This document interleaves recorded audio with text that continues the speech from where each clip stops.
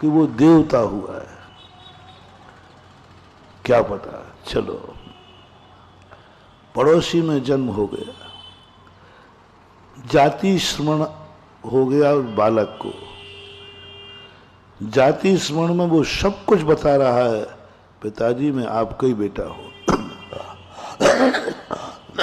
फलाने जगह मेरा मरण हुआ, ऐसा ऐसा सब बता दिया। घर की एक एक चीज बता दी, कौन सी चीज कहाँ रखी है। रिश्तेदारों के नाम बता दिए, अपने मामा नाना कौन थे, पूरे सैकड़ों प्रमाण दे दिए उसने, मैं तुम्हारा बेटा हूं। सैकड़ों प्रमाण दे दिए उसको पत्नी के लिए, मैं तुम्हारा पति हूं। सैकड़ों प्रमाण दे दिए बहन को, मैं तेरा भाई हूं। उसने खुद आकर कहा मैं ही हूं। और उसी बेटे के लिए तुमने सारी वसीयत जोड़ी थी।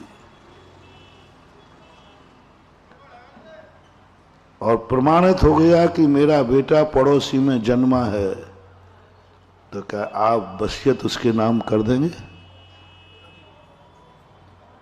अब तो क्या आपत्ति है? अब तो क्या आपत्ति है भैया बताओ?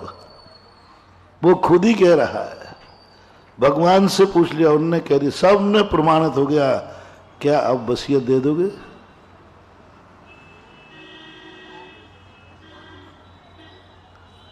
महाराज है पक्का है, वो ही जीव है, लेकिन अब बेटा मेरा नहीं उसका है, तो मैं तो वसीयत नहीं दिखूंगा।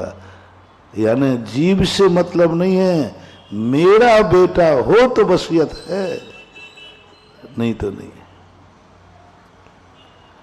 अब भी वो कह रहा है कि मैं तेरा ही पति हूं,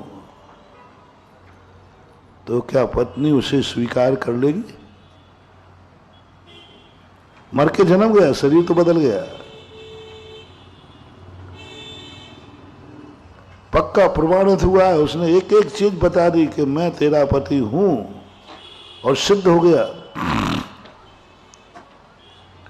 क्या वह पत्नी उसे पुनः पति के रूप में स्वीकार करेगी? जल्दी बोलो, नहीं करेगी। अच्छा चलो, समाज स्वीकार करने देगी?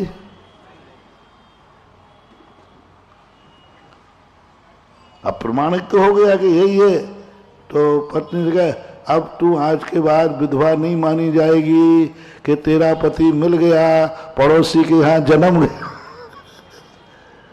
अब तू काहे की विद्या? फिर उसको चूड़ियां फूड़ियां नहीं फोड़ना, फिर मांग का सिंदूर भरना शुरू करे और उसको पति स्वीकार करे। बिल्कुल पक्का एड्रेस है, एड्रेस में संदेह नहीं समझना। और विश्वास भी हो गया कि हाँ यही मेरा पति है। क्या समाज उसको स्वीकार करने देगी? कानून क्या उसको स्वीकार करेगा? कानून से ले लो। चलो आप सब बरी हैं, अब तुम भी थोड़ा, मैं जब तुम्हें वो कहीं से प्रश्नों के जाल में फंसाता हूं ना, तो एक आध बार तुम मुझे भी फंसा लिया करो। अच्छा महाराज ठीक है, हम लोगों को तो आपने कह दिया नहीं स्वीकार किया, आप स्वीकार करोगे क्या? आशीर्वाद दोगे क्या? वो कहे कि ठीक है, यदि महाराज जी कह दें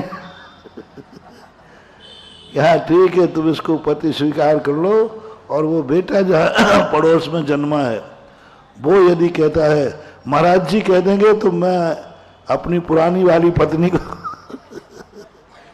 पत्नी मान लूंगा।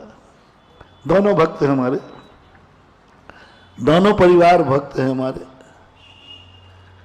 उसने भी कह दिया ठीक महाराज जी कह दे तो मैं मान लूंगा, और वो भी कह रही महाराज जी कह दे मैं तो मान लूंगा।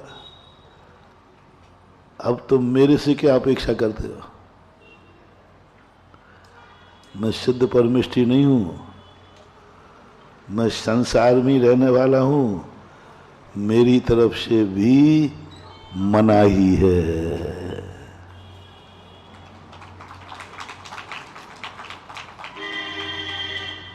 तुमने मुझे फंसाया तो मैं भी किसी को फंसाऊंगा। जिनवाणी मां से पूछते हैं अपन, कि हे जिनवाणी माँ, कानून की किताब है, तू बोल क्या करना चाहिए। तो मैं बोलता हूं, जिनवाणी कहते हैं नहीं स्वीकार किया जाता। और जिनवाणी ने बोला या न भगवान ने बोला। जिनवाणी क्या है? भगवान की वाणी। भगवान से पूछा, भगवान आपकी क्या राय है? आप तो सर्वज्ञ हैं, आप तो इस सब संबंधों को जान रहे हैं कि सब वही है।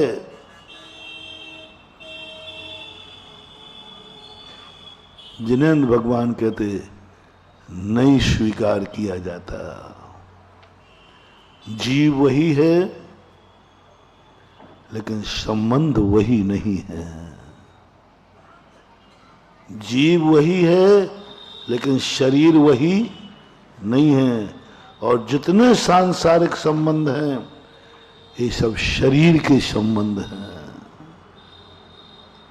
ब्लड से संबंध है, खून से संबंध है, जीव से नहीं। ये मेरा बेटा है, ये संबंध खून से है। मेरे खून से पैदा हुआ है इसलिए मेरा बेटा है। जीव तो दुनिया में कहीं भी जाए, मैंने जीव को पैदा नहीं किया है। जीव तो आके जन्म लिया है और खून से शरीर बनता है। इसलिए जब तक वो आत्मा इस शरीर में है सो मेरा बेटा है, और इस शरीर को छोड़ दिया तो वो मेरा बेटा नहीं है। कोई भी कानून भी नहीं बना आज तक ऐसा। यही संबंध तुम्हारा दाम्पत्य जीवन का है, आत्मा से संबंध नहीं है महानुभाव। इसी नियत को तो समझना है। इसी का नाम होता है तत्व दृष्टि, इसी का नाम होता है भेद विज्ञान, इसी का नाम है ज्ञानी स्थित प्रज्ञ। यही तो श्री कृष्ण उपदेश देते हैं महाभारत के युद्ध के मैदान में कि हे अर्जुन, तेरा संबंध बोल रहा है। वो कहता है कि मैं ताश्री को पहली बात तो युद्ध लड़ने को तैयार नहीं है। जैसे तैसे अर्जुन ने युद्ध करने की बात थोड़ी बोली। किससे? मैं ताश्री को मारूंगा जिनकी गोदी में मैं खेला हूं। मैं गुरुदेव द्रोणाचार्य को मारूंगा, उनके सामने मैं लड़ने की हिम्मत करूंगा, मेरे हाथ कांप जाएंगे। नहीं, मैं नहीं लड़ सकता।